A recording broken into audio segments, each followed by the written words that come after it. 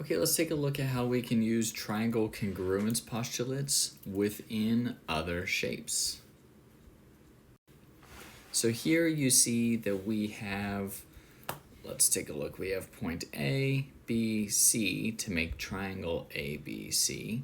And then we also have point D down here to make triangle ACD. And I've given you marks indicating side lengths and which sides correspond to one another. And I have this conjuncture down here. It's like this point that we're trying to prove. And it's saying that angle ABC, which is angle ABC, so we're talking about this angle right here. Let's do it in red.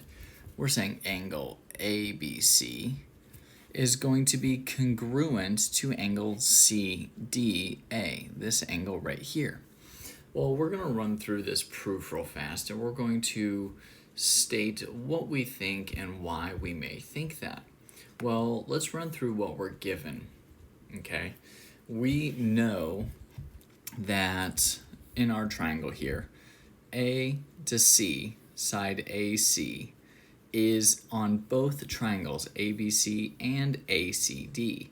It's a common side, and because it's a common side, you see this one mark here, we know that it's the same, right? So we can make a statement. I'll just type that statement in right now. We could say AC is in both triangles and therefore congruent to itself. Okay, and we could say it's just congruent to itself there. And that fact that we have right here, that's just a given. That's given to us because it's already there, right? It's here, it's marked for us, so we don't really have to work for that one. There are a couple other facts that we know here that are given to us, and one is that AB is going to be congruent to CD because they both have the same number of marks on their sides, indicating that they're the same length. So I'm actually going to draw this one in so we can get the congruent symbol. We could say that line segment AB is congruent to line segment CD. And that one is given to us as well. Given. And we can make the same argument here. Oops, I'm missing a mark on my diagram here. And we can make that same argument for AD and BC because they both have 3 marks. It's signifying that they are congruent to one another. So we could say line segment BC is congruent to line segment AD. And that one is also given to us, right? So far, all 3 of these statements that we have, we can reason that they're given. We didn't actually have to solve for any of these. They're given to us. And because we know that AC is on both triangles and it's congruent to itself, and that AB and CD are congruent and AD and BC are congruent, what we have here is a triangle congruence postulate of side, side, side. What we see is that all 3 sides of one triangle are congruent to the other.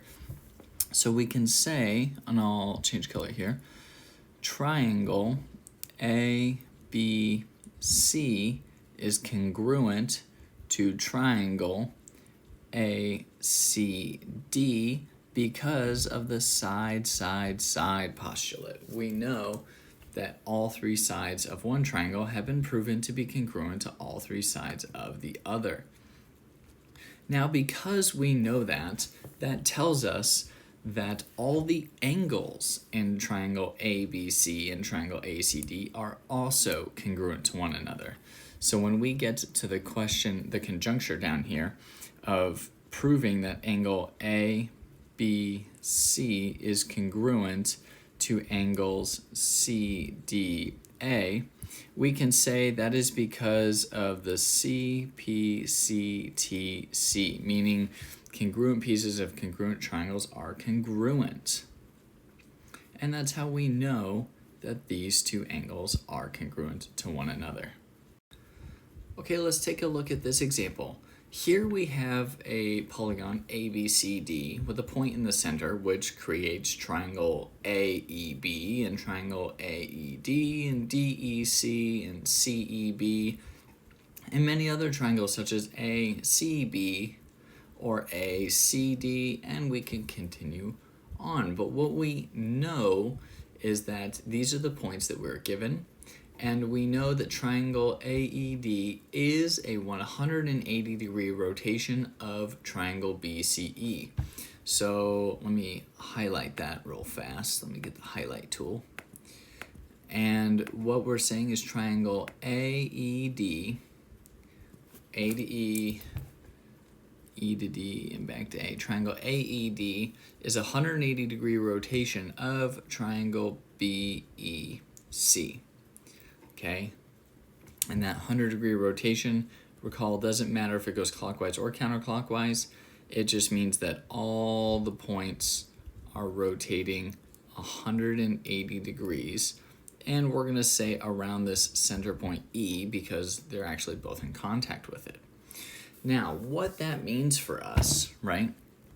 That's a given. Let's type that statement in. That's a given for us. Triangle AED is a 180-degree rotation of triangle BEC. Now that's a given for us. We didn't have to work for that one. We were told that. So under our reason, I can just write given, right? We didn't have to work for that one at all. But what that means for us is that all of the sides and angles, right? So all of the sides and angles, I'll go mark sides, of these two triangles are congruent to one another. Angle E here, AED, is going to be congruent to BEC. Okay? Angle EAD is going to be congruent to ECB, and angle ADE is going to be congruent to angle EBC. Right? We could focus on the angles. We could also look at the sides, right? Angle AE will be congruent to angle EC. Angle DE will be congruent to angle EB. Angle AD will be congruent to angle BC. And we know all of these facts, right? We know we can make the statement that triangle AED is congruent to triangle BEC. That's a statement that we can make, and we're going to make that statement belief because we know our reason here. Oh, let me get another text box. Our reason is that rotations do not change a triangle's size or shape. They create congruent triangles. Okay? Because that's a rotation. A rotation is one of the three rigid transformations that don't change a triangle's size or shape.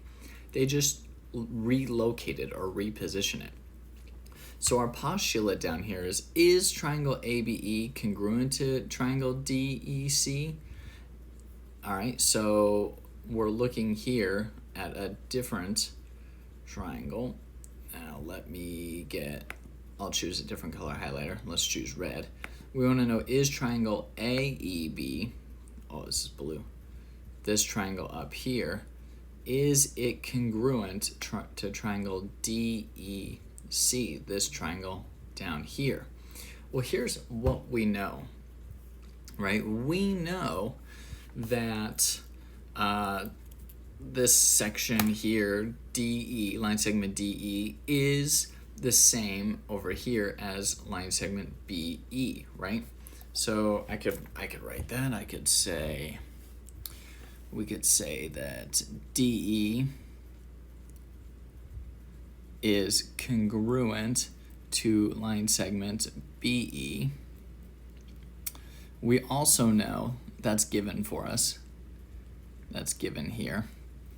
We also know that CE is congruent to AE,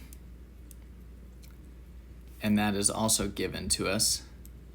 And both of these here are given to us because of this fact up here, okay? Now, the other thing we know is that angle AED is congruent to angle BEC. But because we know about supplementary angles, and we know that two angles on a straight line have to equal 180 degrees, that means because angle AED is congruent to BEC, we also know that angle DEC is congruent to angle AEB, because together angle DEA and AEB have to equal 180 degrees, right? So I could just say that angle AED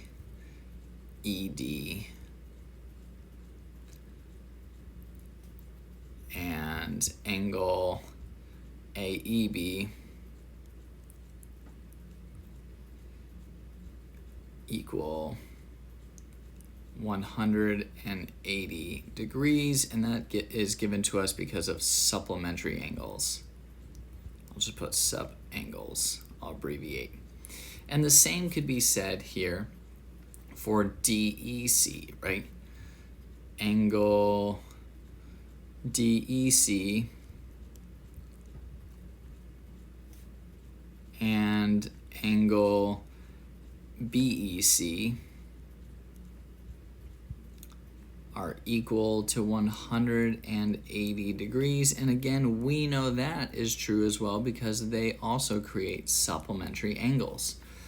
So because these two angles are the same and these two angles have to add up to 180, that makes these two angles also the same, congruent. And what you notice here now, we have a side, angle, side, side, angle, side that are congruent to one another. So we can go ahead and say that triangle AEB is congruent to triangle DEC because of the side, angle, side postulate.